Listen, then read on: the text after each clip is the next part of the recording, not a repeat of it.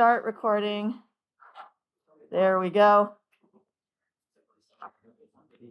So this is on page 21. There's our centrifuge. It spins around and we end up with, what is the supernatant? The remaining solution.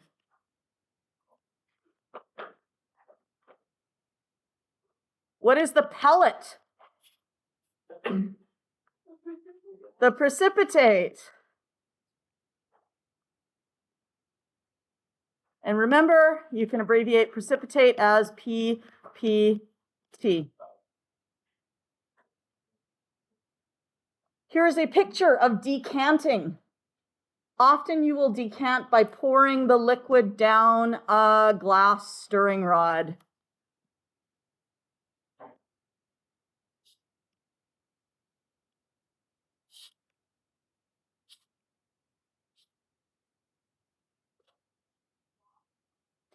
It helps with the pouring process. It prevents the water from, because water is slightly polar and glass is slightly polar, so it prevents it from sticking to the lip of the beaker and kind of flowing around and making a mess.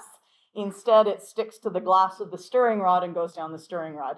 So you know how sometimes you're trying to pour something and it doesn't pour until you really get it going? This will prevent that because it'll just go down the stirring rod. You could even do that at home if you had a glass stirring rod if you wanted to. Oh.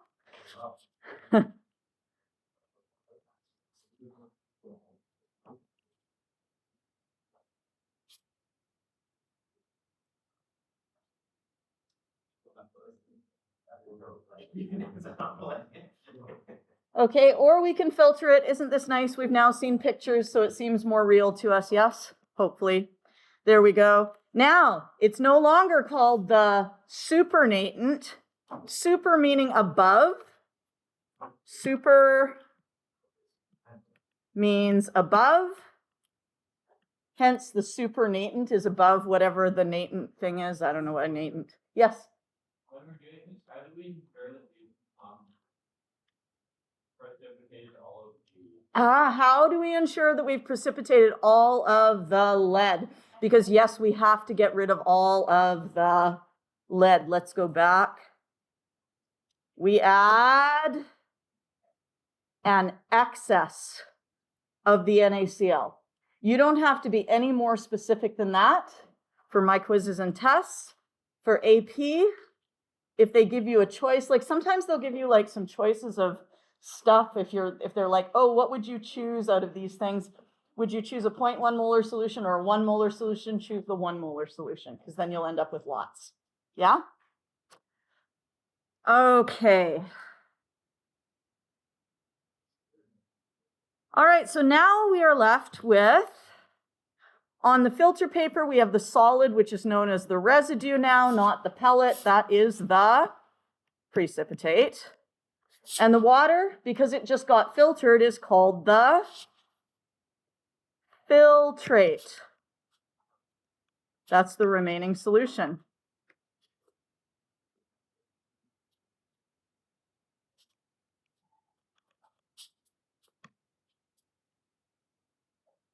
But if you just call it the solid and the remaining solution, that's fine. You don't have to use all the fancy words, right? So now we have this clear liquid, which may or may not contain calcium. So we need to use page 4 to find an ion that will precipitate calcium. Could you please go find one?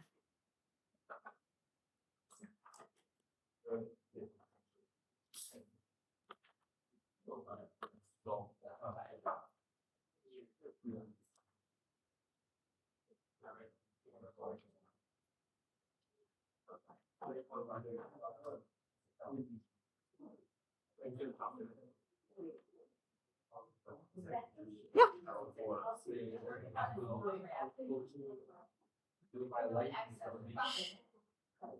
The question is, do we also have to worry about it not reacting with the Na?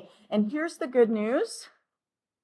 Na is soluble with everything. That's why we chose it. That's why we didn't pick magnesium or something else, because if it was magnesium, we'd have to say, oh, that would work with sulfate. But let's say, well, what if I'd used barium? Well, that wouldn't work with the sulfate. It would also precipitate. So just stick with things like sodium and you'll know you'll never have a problem. Okay? Yeah? So we chose sodium because there's a lot and it's easily available. It's easily available and because it won't react in any future reactions. Like whatever ion you put in there, it doesn't matter. You don't have to think about it. It just won't react with them because it's soluble with everything. Yeah. And the only other ones that are soluble with everything are hydrogen, which is an acid, NH4, which is an acid. So there's no guarantee that they're not going to react because they could react in their acidy way, not a precipitate way. And you could choose lithium or sodium, or sorry, lithium or potassium, but don't get crazy and choose rubidium, cesium, francium, because that's just nuts, okay? Usually potassium and sodium are your best choices, and I always just pick sodium because then I don't have to think very hard, okay?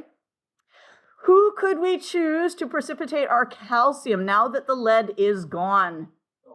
We could use sulfate, and you see why we had to do it second? Because if the lead were still there, it would also precipitate with the lead, but the lead, if there was any, is all gone because we precipitated it out with the chloride. Yes? Are there any other choices other than sulfate?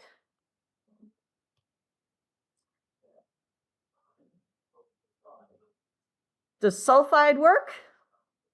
No, because calcium is soluble.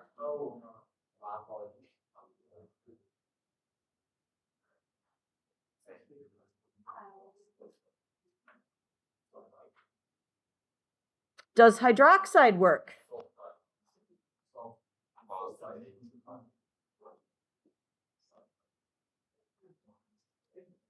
What does calcium do with hydroxide?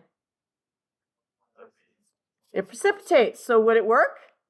Yes, it would. Yes. No, not really. And mainly because,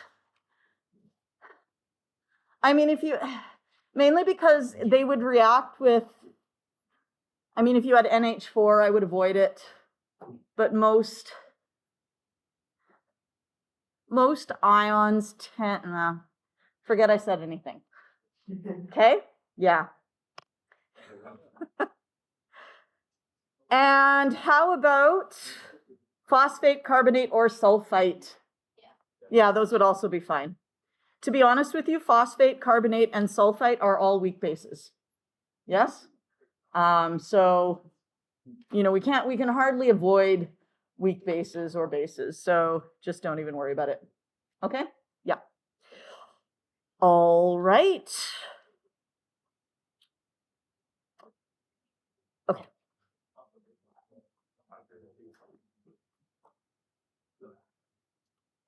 I thought I had an answer to your question. I probably will later, but I don't right now. All right, so let's go back here. And there we go. Now, let's just say we chose sulfate, SO4 2-. Tell me what you need to actually write down, because you're not just going to write down SO4 2-. Tell your partner what you're going to write down.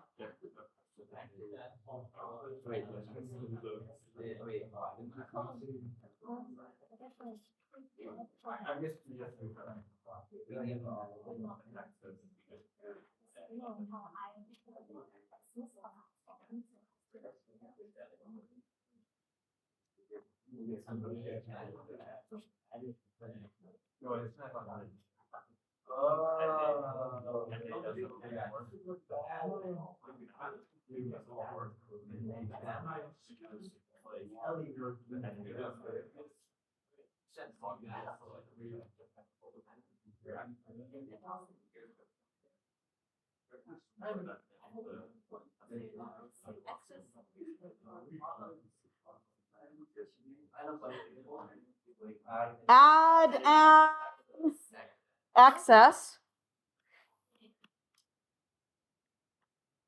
of Na2SO4.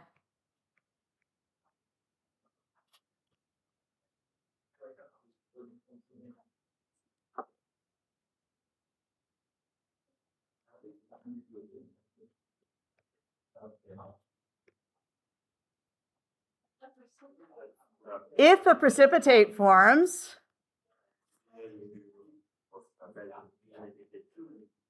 Ca2 plus was present.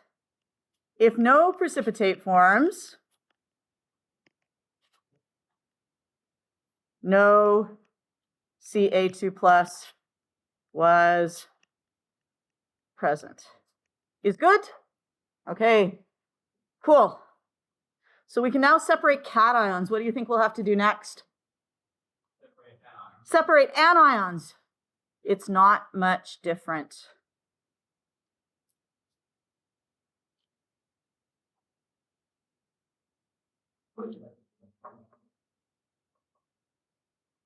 And you can worry about writing that down, or you can just turn to the next page and be like, oh, look, it tells me all this nonsense. Pair up the SO4 2 minus ion with a non-reactive cation. Na plus is best. Add an excess of Na2 SO4. Then you make the statement. Huzzah. Since there are no other cations possible, you can just finish here. If there were another cation present, you would have to remove the calcium precipitate by either what or what? Centrifuging and decanting or filtering.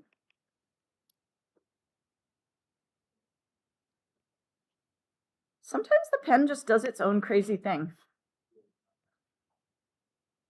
Devise a system to determine if a solution contains PO4 3 minus, SO4 2 minus, or both.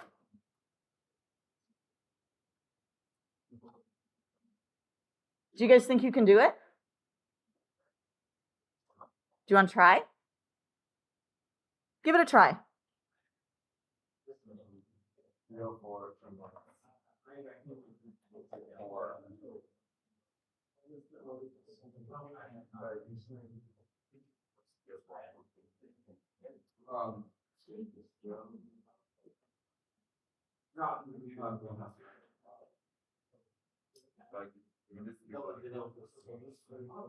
Everything that's not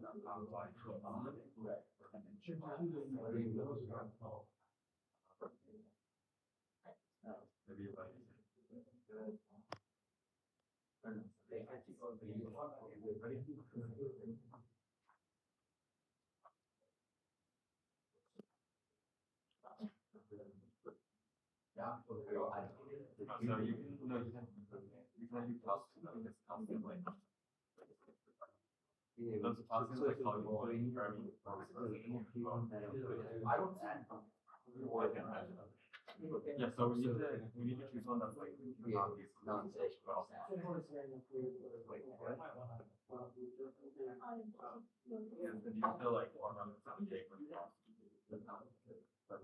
How many people think they have found an ion that will precipitate one but not both? I got one person.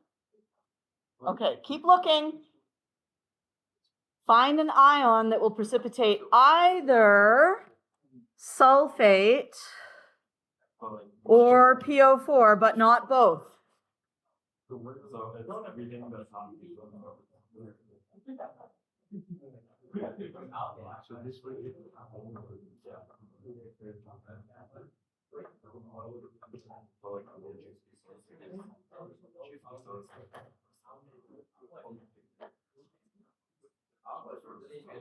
Yeah.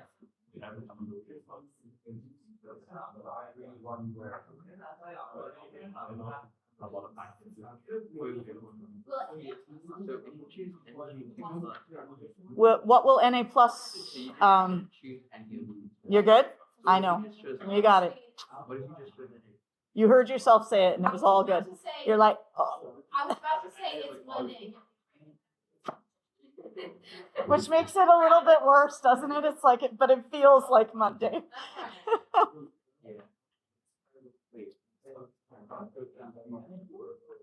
Anyone else think they found one? Yes. Well, you said that already. I already know you found one. I said anyone else? Anyone else feel like they found one?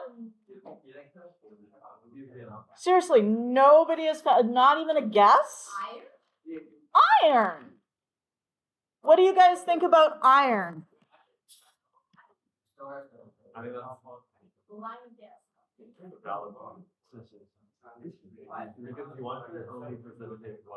Would iron work? Would iron precipitate sulfate? Iron is in all others, so it would not precipitate sulfate. And iron is not an alkali, an H or an NH4.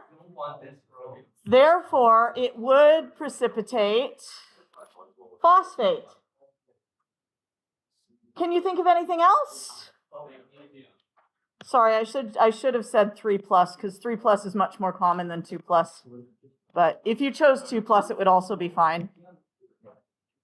What about magnesium? Does magnesium work? Magnesium? Magnesium. Oh my gosh, yes it does. What about sodium? Why not? Because it's an alkali and it is soluble with everything. It won't precipitate either of them. So no, not sodium. The problem with this question is that you have too many choices. What about copper? Yup.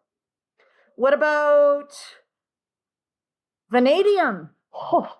What about titanium? What about manganese? What about cobalt? What about nickel? What about silver? What about gold? Like literally you have a plethora of choices. Any metal that's not one of these ones and not an alkali.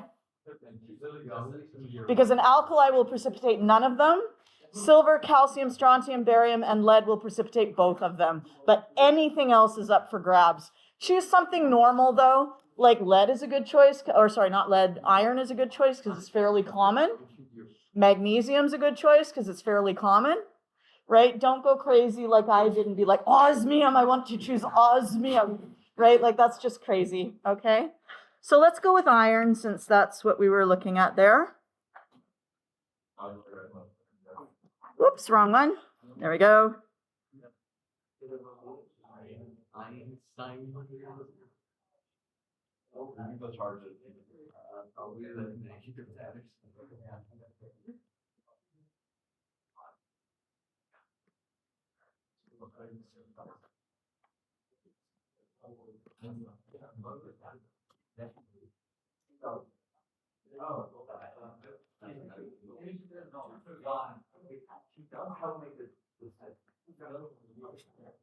Choose an unreactive anion to partner up with the, we're going to choose iron. Who is our best? Tell your partner, who is our best unreactive anion?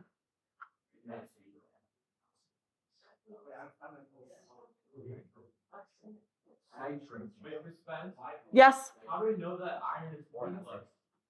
Oh, because I've done chemistry a long time. If you chose 2+, that would be fine.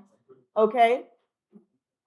I just happen to know that iron 2+ is not stable and it tends to oxidize into iron 3+, but I wouldn't expect you to know that, nor would anyone else. Not at this point. Okay?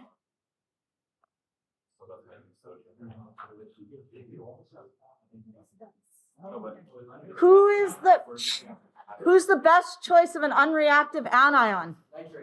Nitrate. NO3 minus. So what are we going to add to the solution? An excess. FeNO3 to the solution. If a precipitate forms, what was present? phosphate, PO4. If no precipitate forms, no PO4 3- was present. What do we need to do next? If there was a precipitate,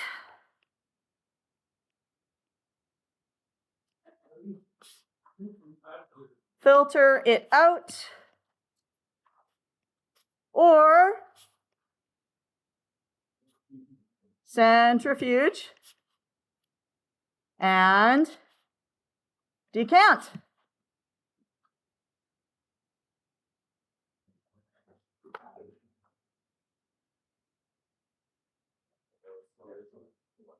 What? Yes. The verb form of centrifuge is to centrifuge. Yes. It is both the noun and the verb. And that says decant, not decaf.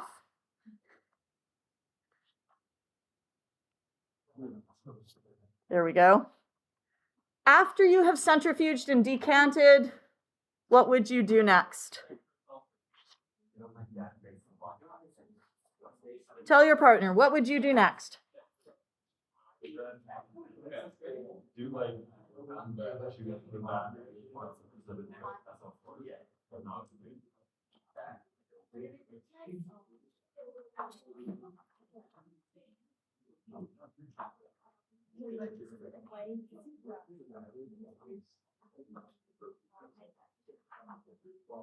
Do you need something that will precipitate the sulfate but not the phosphate? No, why not? Phosphate is gone. We've gotten rid of it. So you just need anything that will precipitate the sulfate. What would you like?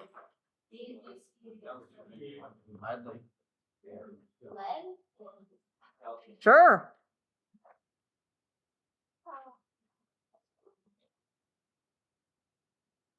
And you could choose any of these ones here: silver, calcium, strontium, barium, lead. Yep, any of those would be fine. Thank you.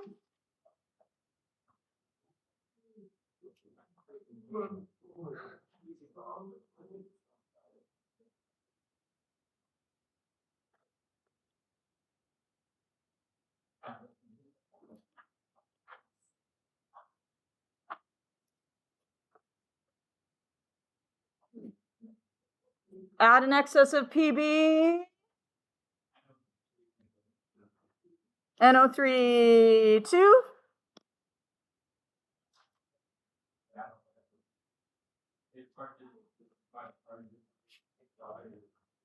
If a precipitate forms,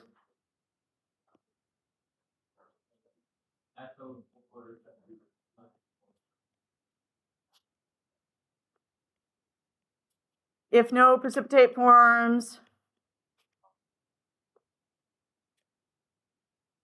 no SO4 2- was present. Okay. So we're feeling pretty good about that? Ish?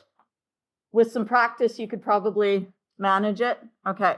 We're not going to give you practice today because I need to teach you as much as possible today because I don't see you again with teaching until Friday. And some of you I don't see on Friday. So this is like the stupidest week ever. Irritates the snot out of me, but there we go. Because we have a test on Wednesday, and then on Friday we have the long block, and Thursday is 1 and 3 long block. So everyone keeps asking me that, and it's all political, and I can't answer it. Just know that I was opposed. I was opposed. Okay, we're going to take a look at the Intro to Solubility Equilibria. This is on page 26.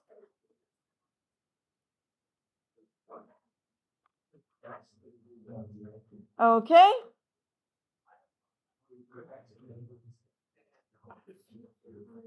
Ooh, ooh. Professor Dave here. Let's talk solubility. He knows a lot about the science stuff. Professor Dave explains. When we first discussed solubility, we learned that some ionic compounds are water-soluble and will completely disperse in solution due to the ion-dipole interactions they will make with water molecules. We also learned that other ionic compounds are water-insoluble and will not dissolve at all, remaining completely in the solid phase. Beyond this, if the components of such a compound find each other in solution, they will precipitate and leave solution completely to form a solid. This is actually a slight oversimplification that served its purpose at the moment, but now it's time to get a more sophisticated and quantitative understanding of solubility. So let's get a closer look. It's true that many ionic compounds are completely soluble, but the reality is that even the ones that we call insoluble will dissolve to a minuscule degree. Whatever the degree to which dissolution occurs for a particular substance, we can communicate this using the solubility product, abbreviated as KSP.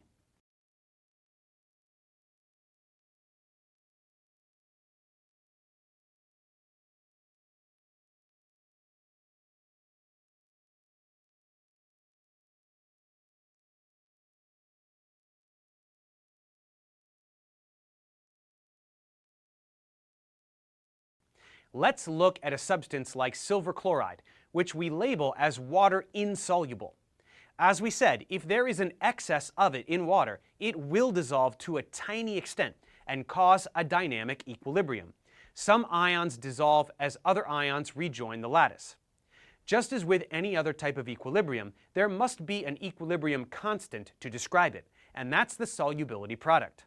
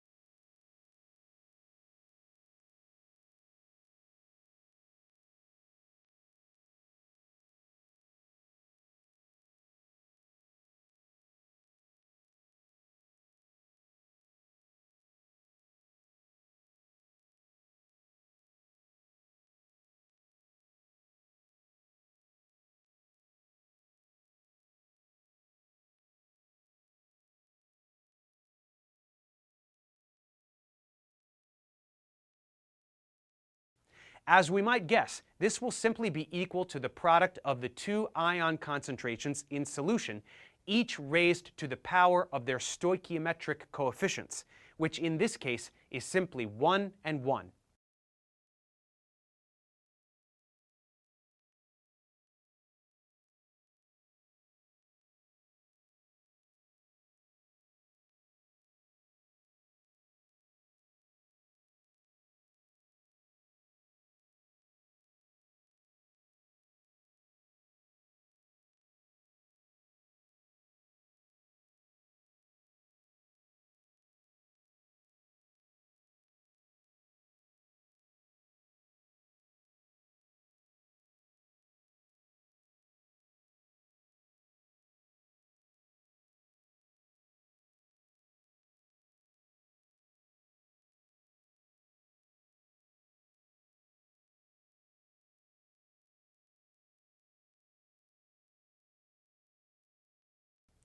Notice that we do not include the solid itself in this expression, as we do not include solids in equilibrium expressions.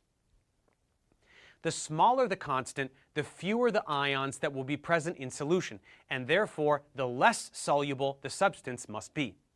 And compounds that are extremely water insoluble will have KSP values on the order of 10 to the negative 30, negative 50, or even smaller.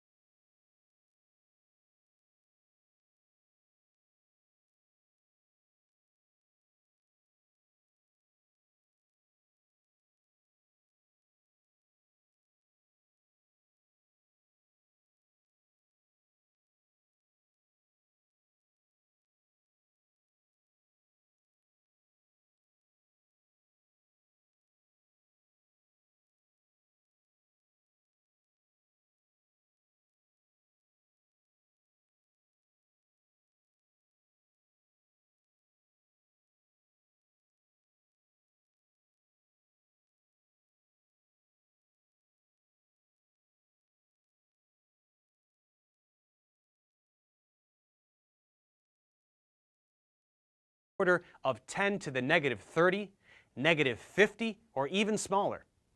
Let's make sure we can write these solubility products for various equilibria. Take something like calcium carbonate.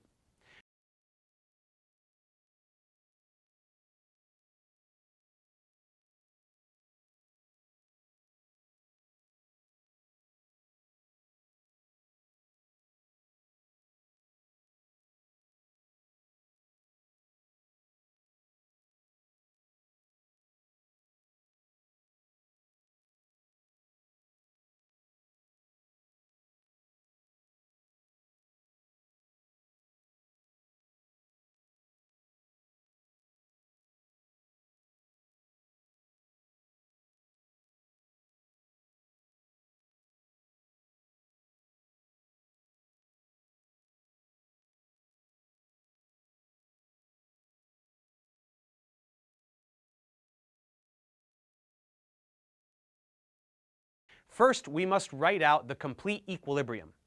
Upon dissociating, this will form a calcium ion and a carbonate ion.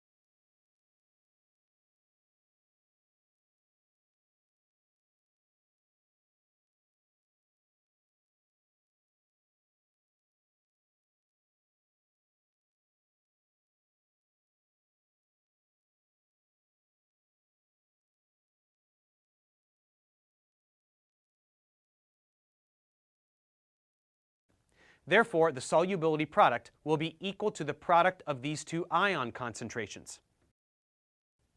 If we have something like magnesium hydroxide, it's